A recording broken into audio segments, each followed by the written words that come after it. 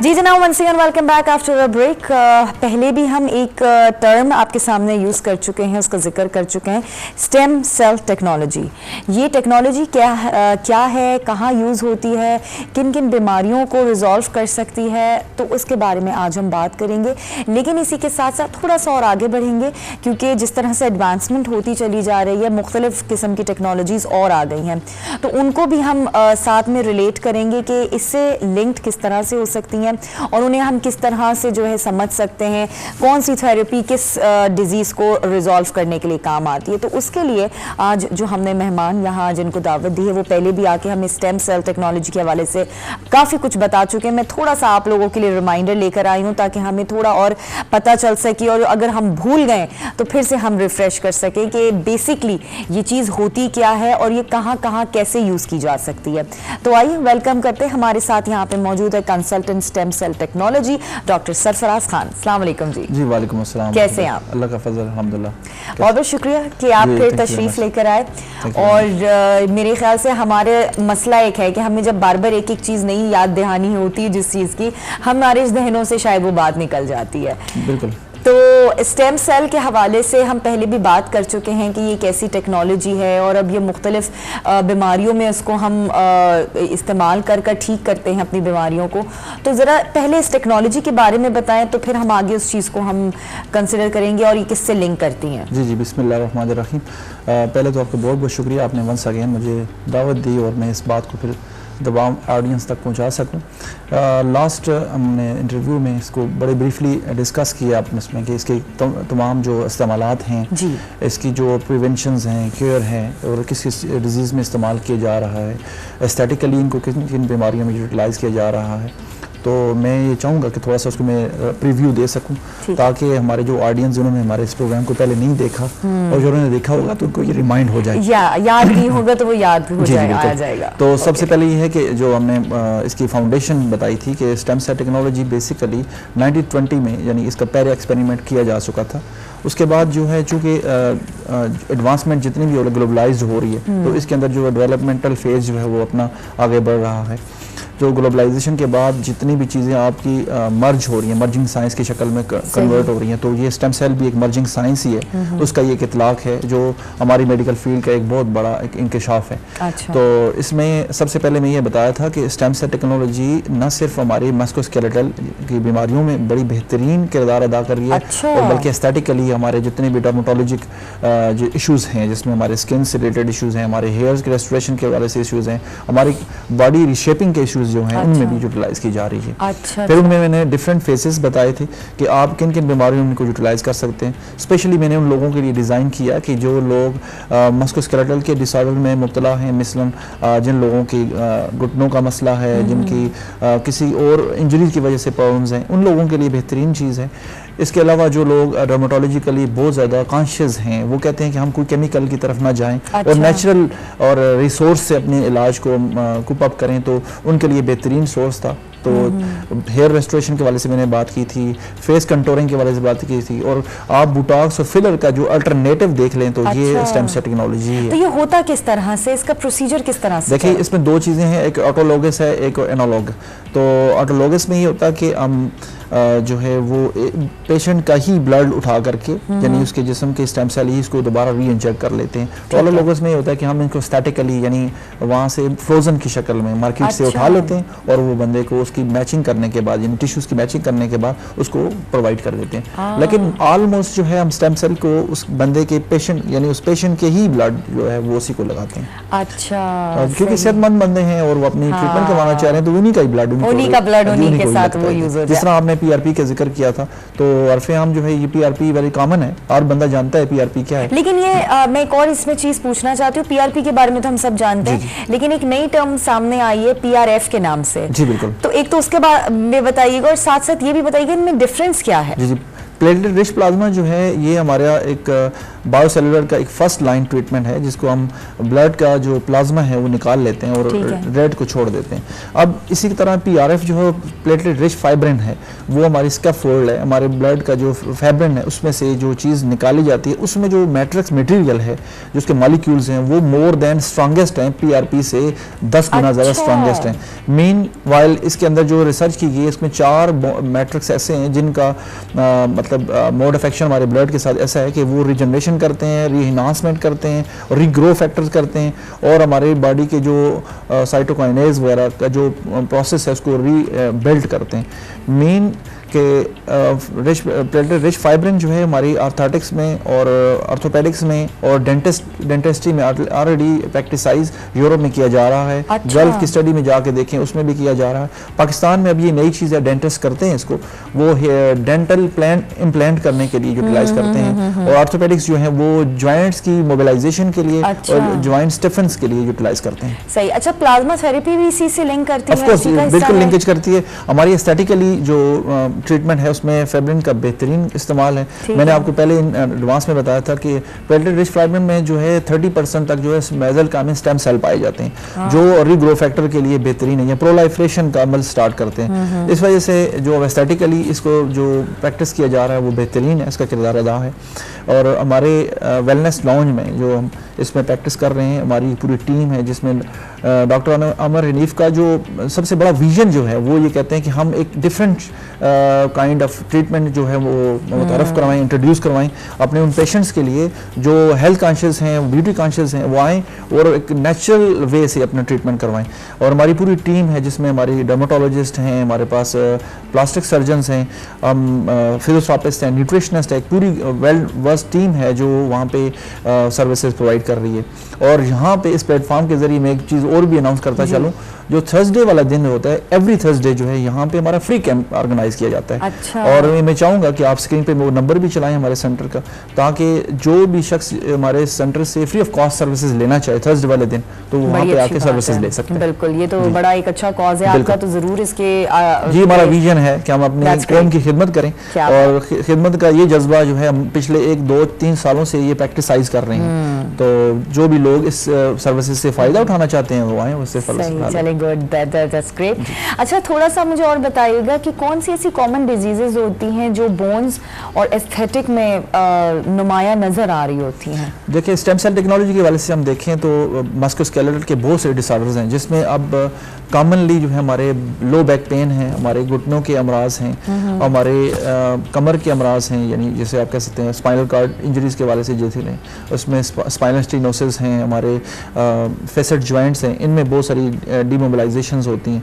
तो इसके साथ साथ जो स्टैटिकली मैंने बोला था कि आप बुटाक्स का, फिलर का, आपकी हेयर रेस्टोरेशन के हवाले से जो है वो स्टेम सेल को यूटिलाइज कर सकते हैं। लेकिन चूँकि मस्कुलोस्केलेटल में इसका बेहतरीन जो है वो रिजल्ट है, जिन लोगों में मसल्स की टेंशन पाई जाती है, जिनमें जॉइंट्स की टिफिन्स प्रॉब्लम ज़्यादा हैं, जो मेडिसिन खा के थक चुके हैं, तो वो एक मरतबा ज़रूर इस टेक्नोलॉजी को यूटिलाइज करें, ताकि वो इस बीमारी से भी बाहर हैं और विदाउट किसी साइड इफेक्ट के वो अपनी चीज़ में अपने उस बीमारी से बाहर आ जाए। जैसे सर्जरी वगैरह डॉक्टर रिकमेंड कर देते हैं, उससे ऑल्टरनेट है कि अगर आप बिल्कुल यही है, मैंने लास्ट में भी एक इंडिकेट किया था कि जिन लोगों को सर्जरी रिकमेंडेशन है तो वो वंस अगेन सर्जरी से जाने से पहले इस यानी अपनी क्वालिटी ऑफ लाइफ को चेंज करने के लिए इस ट्रीटमेंट से मुस्तफीद हों।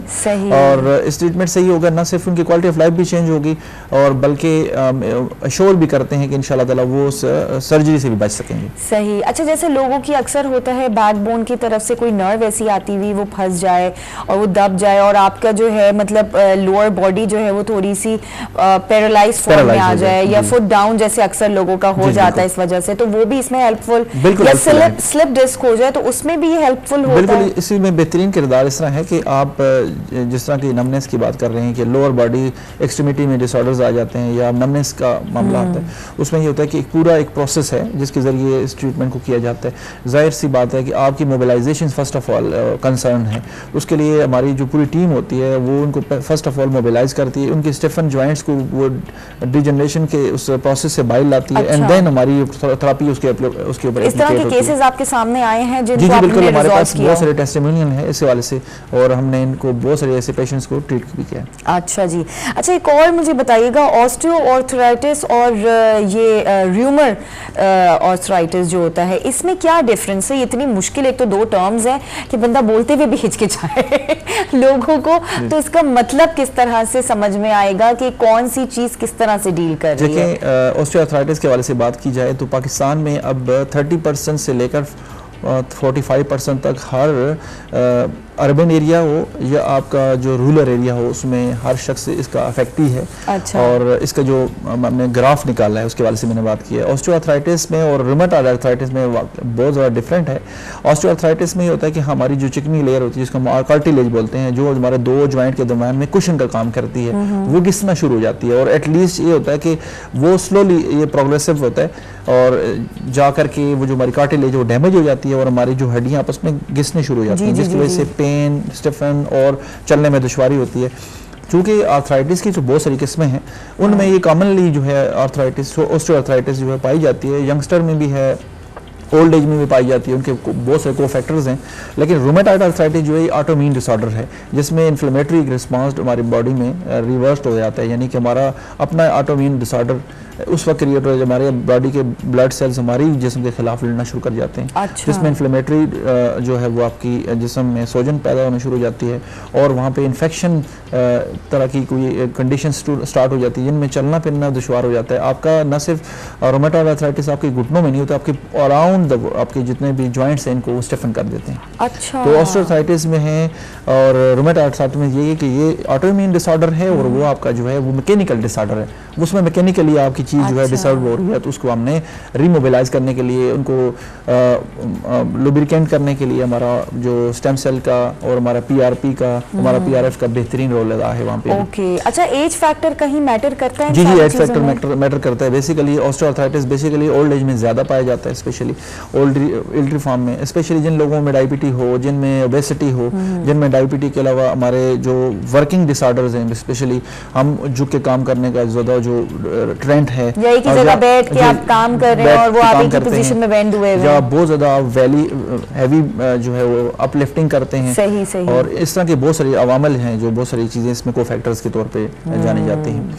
लेकिन यहाँ जो मैं चीज़ मेंशन करता चलूँ, ऑस्टियोआर्थराइटिस को ट्रीट किया जा सकता है, ये मुकम्मल क्योरेबल है। अच्छा। अगर इसकी मुकम्मल थेरापीज ली जाएँ और मुकम्मल इसके जो आपके जो हमारे प्रोटोकॉल्स हैं इसको फॉलो किए जाए, तो ये इससे बाहर जा सकता है इंसान। और रूमेटॉइड आर्थराइटिस में इट मीन कि बहुत टाइम लगता है, जो कि ऑटोइम्यून डिसऑर्डर है, इसमें बहुत लॉन्ग टर्म ट्रीटमेंट रिक्वायर्ड है। अच्छा। और वो फिर वो भी हो सकता है, आपकी क्वालिटी ऑफ लाइफ चेंज हो सकती है, लेकिन इट टेक टाइम्स।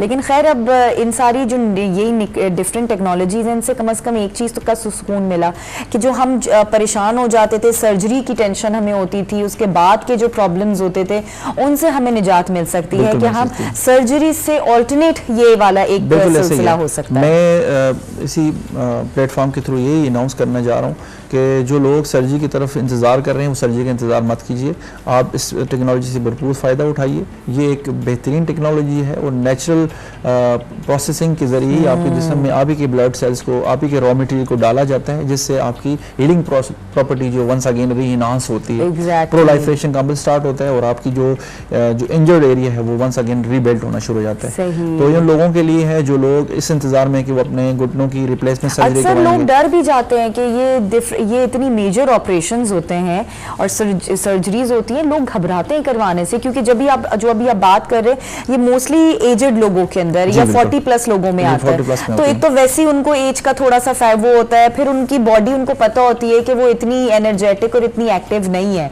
तो बहुत ज्यादा डर जाते हैं लोग। हमारे पाकिस्तान में बेसिकली विटामिन डी की डेफिशिएंसी बहुत ज़्यादा पाई जाती है। ऑस्टियोपेनिया का हर तीसरा बंदा शिकार है। और इसमें ये होता है कि आप अगर इन चीज़ों में केयर नहीं करेंगे, और जो आपकी रिप्लेसमेंट सर्जरी के वाले से बात की जाए तो मैकेनिकल डिसऑर्डर आपका वहीं रहता है। यानी आपने अगर रिप्लेसमेंट सर्जरी करवा भी ली है तो आपका क्वालिटी ऑफ लाइफ चेंज नहीं होगा, आप वैसे के वैसे ही रहेंगे। तो मीन के इस अमल से गुजरने से पहले या इतनी ज़्यादा आपने पेनफुल अमल में जाना ही है तो आप इस नेचुरल टेक्नोलॉजी को, एक नेचुरल थेरेपी को यूटिलाइज करें। नो, बिल्कुल ये पेनफुल नहीं है। आप सेम डे में ही अपने पेशेंट को दोबारा रिवर्स कर देते हैं घर की तरफ। मेन कि हमारे पास अगर मॉर्निंग में आ गया, हमने उसकी तमाम स्क्रीनिंग करने के बाद उसका प्रोसीजर किया तो विद इन हावर वो हमारी इस ट्रीटमेंट के बाद अपने घर को जा सकता है और अपने नॉर्मल डेली लाइफ चोर्स जो हैं वो कर सकते हैं, वो अपने काम कर सकते हैं। That's really great. बहुत शुक्रिया doctor Sarfaraz, thank you so much. और बड़ी अच्छी इंफॉर्मेशन हमने गैदर की है।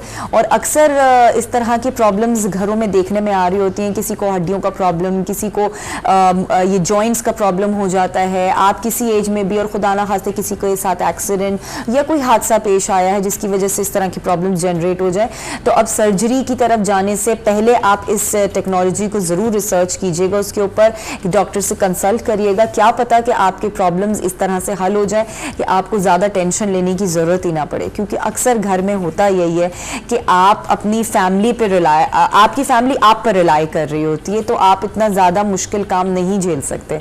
तो इसके लिए ये डिफरेंट टेक्नोलॉजीज़ हमारे लिए आ चुकी हैं। और उन सारे डॉक्टर्स के लिए थैंक यू जो हमारे लिए मज़ीद आने वाले कल में आसानियाँ पैदा करते चले जा रहे हैं। Thank you so much once again doctor Sarfaraz. And आपने जो भी हमें समझाया वो डेफिनेटली हमें समझ में आया है, और जिसके साथ ये प्रॉब्लम होगा वो ज़रूर इस टेक्नोलॉजी को अपनाने की कोशिश करेगा और इसको समझ के इसकी तरफ आगे ज़रूर बढ़ेगा। इसी के साथ नाज़रीन यहाँ लेंगे एक ब्रेक से आप वापस आते हैं, हमारे साथ ही रहिएगा।